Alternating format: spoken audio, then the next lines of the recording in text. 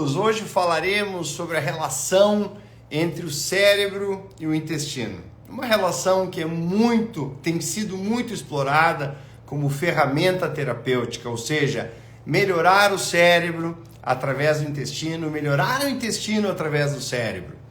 E expandindo um pouco o conceito, saber modular ou saber melhorar o nosso grande jardim, eu costumo falar, né, o nosso microbioma intestinal que está dentro do intestino, então saber como lidar com ele, não envenená-lo, edificá-lo, vai beneficiar todas as especialidades, especialmente aqueles profissionais que lidam com saúde mental. Então hoje eu vou falar pouquíssimas palavras, mas importantes e relevantes, para a gente saber cuidar melhor do nosso intestino e, consequentemente, do nosso segundo cérebro. Vou mostrar aqui algumas figuras bastante ilustrativas, mas antes, alguns conceitos importantes. Então, como é que nós vamos entender isso? Bactéria. Quando a gente fala em bactéria, a gente sempre fala em perigo, né? Existe uma bactéria que está nos assolando e nós precisamos de antibiótico, porque essa matéria vai nos matar, vai evoluir para uma sepse, que é o grau máximo de infecção, e acabou. Pois tirem isso da cabeça. As bactérias, em 99% das vezes, nos fazem muito melhor, muito mais benefício do que malefício.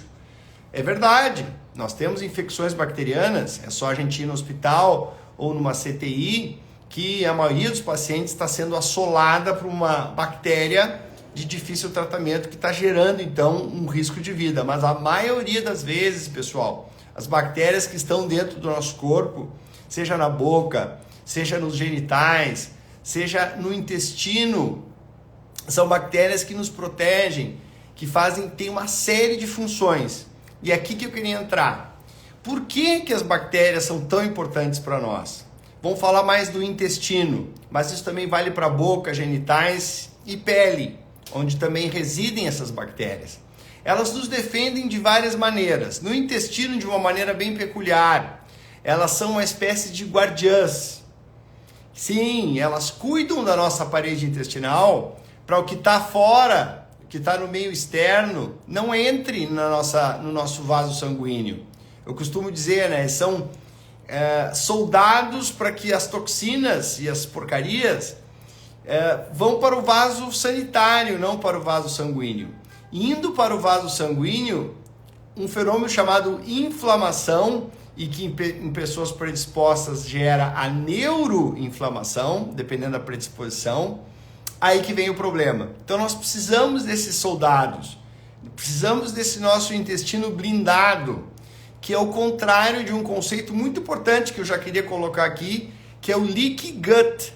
Eu vou botar uma figura para vocês entenderem o que é o intestino vazado. Olha, pessoal, vocês vão ver a diferença, ó. Para aí, não é essa figura aqui. Vou escolher outro ativo.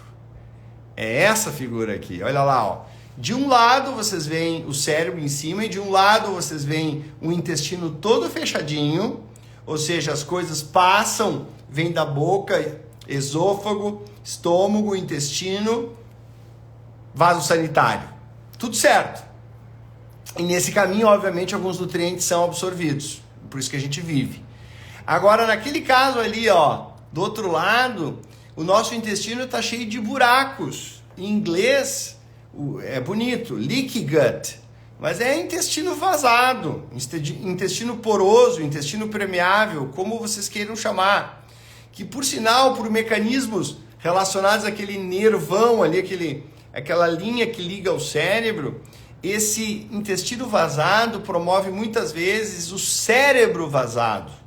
Que o cérebro também tem uma membrana protetora, chamada barreira hematoencefálica. Então essa relação, uma perpetua a outra.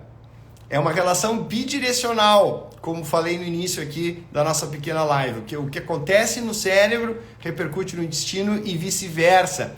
Isso se tornou uma grande ferramenta para quem lida com saúde mental, agora, né, escopando mais para a saúde mental. Porque eu tenho agora uma forma de melhorar meu cérebro pelo nosso jardim intestinal. Então, saber o que faz mal ao cérebro, ao intestino e, consequentemente, ao cérebro, é uma obrigação de todo e qualquer profissional que lida com essa questão. Então, aqui a gente vê, ó, pessoal, tudo que pode estar influenciando o intestino que vai reverberar no cérebro. Então, primeira coisa, quando a gente está com falta de dinheiro, a primeira coisa que a gente faz é economizar. Não é sair aí ganhando dinheiro. Poderia até fazer sentido, mas o certo mesmo é fechar a torneira. É parar de se agredir. Então ali a gente começa com coisas que geram o que a gente chama de disbiose, que é o desequilíbrio bacteriano que abre então essas porteiras do intestino e as toxinas entram, o intestino vazado. Então o que causa o intestino vazado? O que causa a doença desse intestino? Alimentos industrializados, açúcar, alguns pacientes glúten, lactose. Temos ali, ó, até a forma como foi feito o parto. Isso também influencia, que em vários estudos que falam, né, que as bactérias do canal do parto são importantes para já ir formando o nosso microbioma intestinal, que não é só uma questão cerebral, gente. Ele compõe 80% do nosso sistema de defesa, sistema imune. Sim, é ali que são treinados os nossos soldados. Por isso a importância de deixar rolar, às vezes, na infância, a criança que está na terra, que está no meio rural, para justamente esse intestino captar esses membros estranhos, mas de certa maneira não tão estranhos, porque são naturais, e criar anticorpos contra eles. Então, um microbioma diversificado, ele tem essa propriedade de nos defender, e defender bem. Para vocês terem uma ideia, hoje, tratar uma doença autoimune sem olhar para o intestino, tratar uma depressão, uma ansiedade, um TDAH, um transtorno bipolar, um Parkinson, um Alzheimer, tá fora de cogitação, vai estar um tratamento incompleto, gente. Nós temos que olhar para esse cara. Então vocês estão olhando ali, ó, tem um pouco de genética, tem dieta, questão da obesidade, sedentarismo, estresse também impacta o nosso intestino de maneira brutal, porque o cortisol aumentado também vai criar o açúcar aumentado. E aí nós temos um ecossistema de bactérias que produz acetato, propionato, butirato, que são anti-inflamatórios espetaculares para o nosso cérebro, para o nosso corpo. As bactérias também produzem uma coisa chamada LPS, isso na capa da bactéria. E esse LPS são os lipopolissacarídeos, não podem entrar na circulação, as bactérias gram-negativas. Por isso que tem que estar fechadinho, tem que estar regado, adubado, fertilizado. Entenderam o recado? Vegetais, pessoal, vegetais são os verdadeiros alimentos para as bactérias. Polifenóis também, que são fitonutrientes, que eu já vou falar sobre eles. Então a gente tem que deixar esse exército muito safo, como diz no linguajar militar, para manter essa barreira íntegra, não deixá-la permeável, deixá-la impermeável. Não dá para permear, não dá para entrar. Então todos esses fatores aqui, pessoal, eles definem um estado de eubiose ou de disbiose. Aqui vocês têm um intestino saudável, fechadinho, e um intestino com inflamação, com disbiose. E essa inflamação está na base de todas as doenças mentais. Vou repetir, a inflamação está na base de todas as doenças mentais, junto com a glicação avançada, junto com os níveis elevados de glicose. Então, se fosse para dar um conselho aqui para todas as pessoas e pacientes e seguidores, cuidem das suas bactérias, tratem-as bem, diversifique-as, dê comida para elas. Existem várias formas, os vegetais são as mais óbvias, mas também garanta que os seus níveis de glicose estejam baixos, sendo que a glicose aumenta a inflamação, aí tem um círculo vicioso. Então, dá para fazer, é totalmente factível, não precisa ser um shake árabe ou qualquer outro tipo de situação vantajosa, basta ter estratégia. E aqui eu trago uma tabela muito bacana que saiu num artigo agora no New England. O artigo se chama dietas. Então vocês veem aqui, ó, nessa linha vertical os tipos de dietas. Ali tem vegetariana, mediterrânea, DASH, que é mais para hipertensão, a MIND, que é uma mistura de dieta mediterrânea com DASH. Tem ali, ó, os jejuns.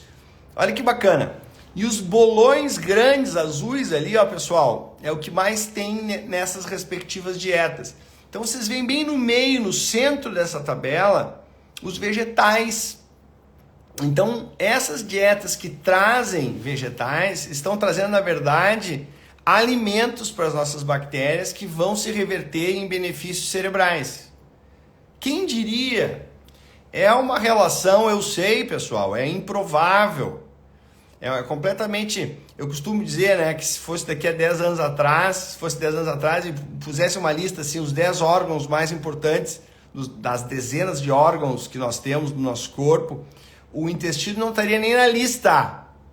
E hoje ele é considerado o órgão mais importante, porque ele conversa com todos os outros órgãos. É a famosa frase que é acreditada a Alessio Fasano, né, que é um dos professores da minha pós-graduação em saúde mental, que diz que o intestino não é que nem Vegas. O que acontece em Vegas fica em Vegas. Isso é um velho ditado, né? Estive em Vegas recentemente. Não é que nem Vegas. O que acontece no intestino respinga em tudo.